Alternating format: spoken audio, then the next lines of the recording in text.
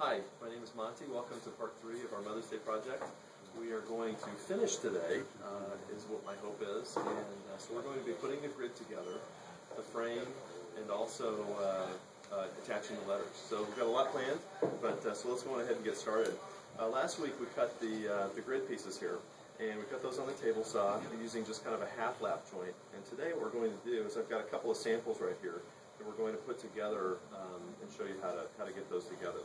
So CA glue, we use a little cyanoacrylate glue, some super glue. And so what I'll do is I'll put those, just to kind of start this out, I'll put just a drop in the bottom of this grid here, and then I'll take the opposing piece and just put that in just right on the top there. And again, I've just got a small version of the grid that we're going to be using today, just to show you by illustration.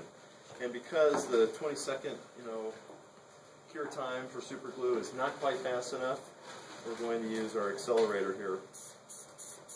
And we just shoot a little bit of that on there. And it gets our glue set up nice and fast. So what we'll do here then is we'll take these pieces, we'll actually flip them over, okay? Okay, so now what we're going to do is we flip this piece over, and we're going to take some super glue and then just put the last couple pieces in there. And I just put some super glue in there.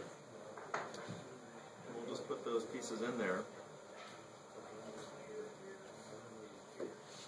So it's just as easy as that. If it's not quite dry, you can use that accelerator again there. So basically that's where you have the grid. And the grid is what's going to fit inside the frame. The letters will go inside the grid. Okay. So next thing we're going to do, we're going to take, I want to show you how you can put your frame together. Last week again we cut our pieces to 45 degrees, okay? And so what we're going to do is we're going to come and make a miter joint, just like this. And one of the ways that you can do that, you can do it with a biscuit joiner, you can do it with, with some staples that you put in the back here, some of those picture framing staples. You can use a festool domino joiner to get the job done. Today we're going to use a pocket hole jig. A pocket hole jig is made by Craig, and what it has is it has a couple of different holes right here. So we're going to line up those holes so that they don't peek through the end of our joint here.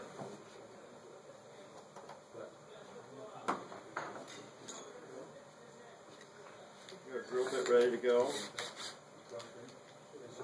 And we're just going to come right on through.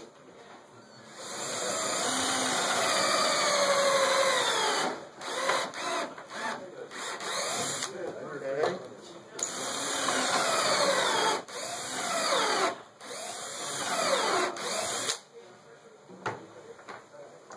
And so what we've done is we've created a means by which we can join these two together. All right. And so we'll take our joint,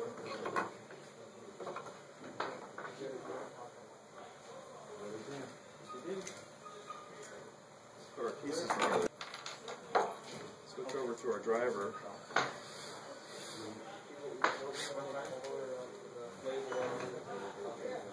and of course we'll glue this joint, I'm just showing for purposes of demonstration here. So we'll just hold that joint together there.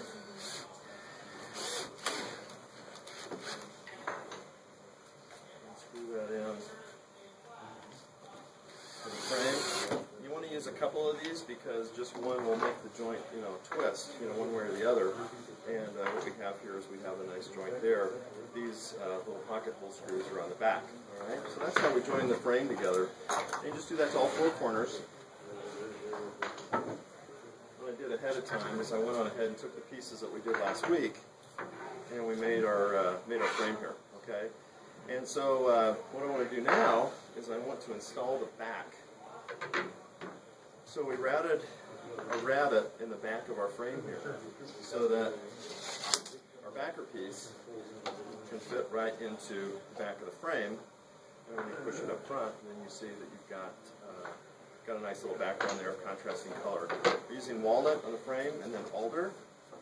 And so what I'll do, I'll take a little bit of glue, just right in that little groove right here in the back. Not too much, you don't want it to squeeze out.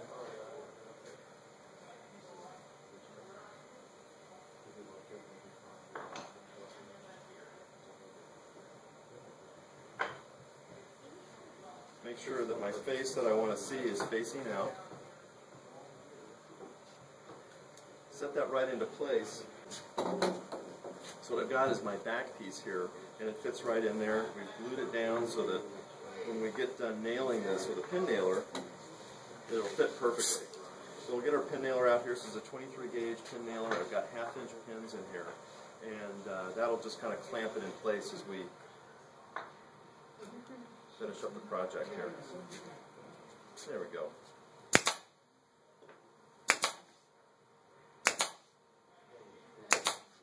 You don't need a lot of pins, just enough to give you some good clamping pressure along the way.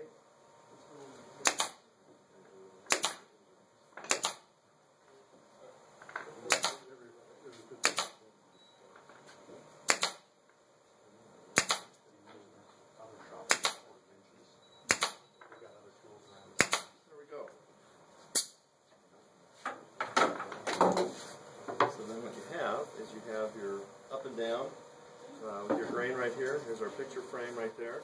And then what we get to do is we get to take the grid and put that in the frame. See how that works like that?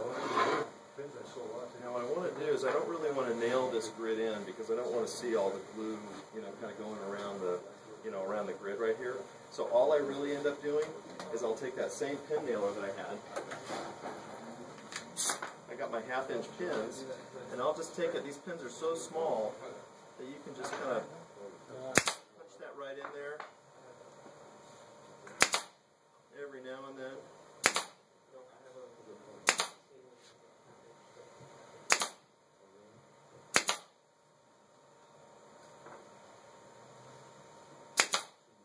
You can barely see that pin. It's like putting a wire on the grid.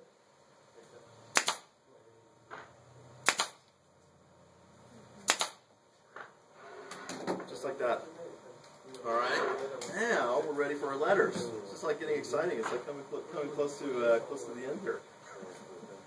So what I've done is I've taken our letters that we painted first with the lamp black milk paint, alright? And then just to contrast the color a little bit, I chose a pecan General Finishes water-based stain, and then just, painted those and got those to be looking the way they are here. So now is the time we're going to adjust the letters or arrange the letters. So we'll get them out here. And all I do here is I'm just going to take a little dab of glue there, okay? And we're going to figure out where the first letter is. We're going to start right there. Put a little bit of dab of glue right there.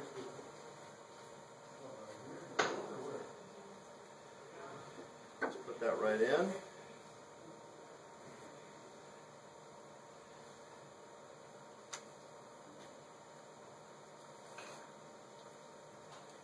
Got quite a few letters, and I want to make sure that I spell them right.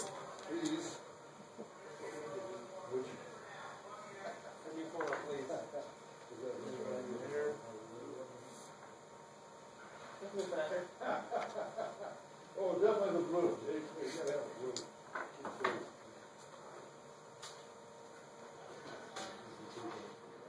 Sometimes if you get a letter that doesn't quite fit, you can sand that letter away just so that it fits in the grid just perfectly. Okay? So then we've got an A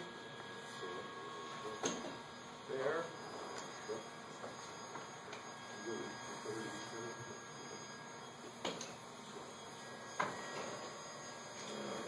Another one there.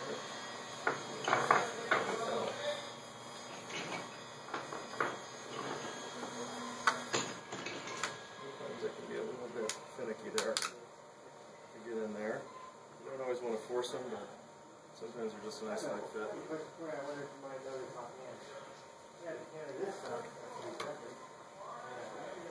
Your S's, there it is, and a top and a bottom to your S. And I've done this before when I put the S in upside down, and only I know about it, but I know about it, and that's what is kind of fun.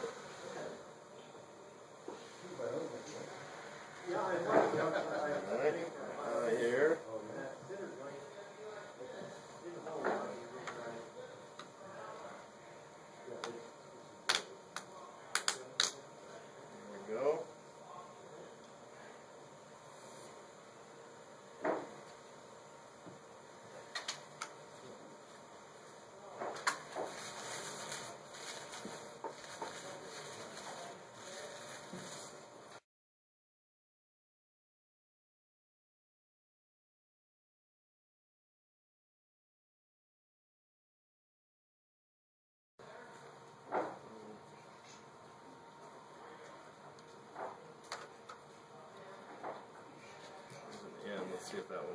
here again.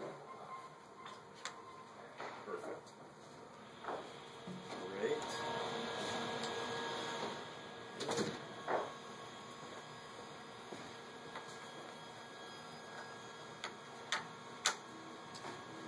Great.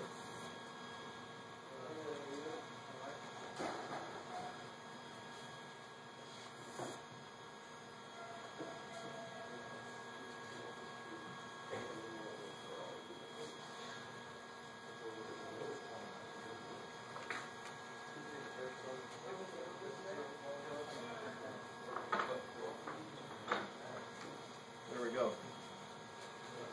We got it just like that. Okay. Kind of a fun little project here. Let's talk about finish just real quick. To finish this, I like to use just a couple of things because we haven't pre-finished anything.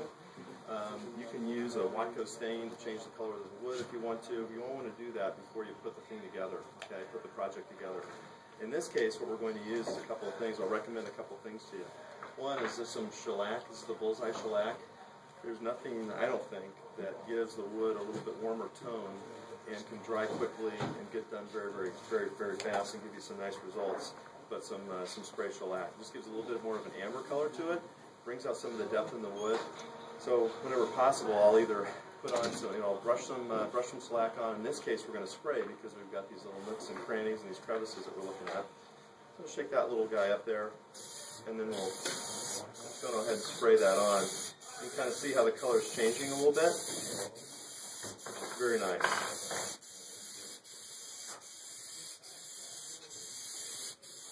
Not a real thick coat, just something to give you a little bit of even coverage there. And you just kind of see how it just warms up the, it just warms up the color. It just makes them really nice.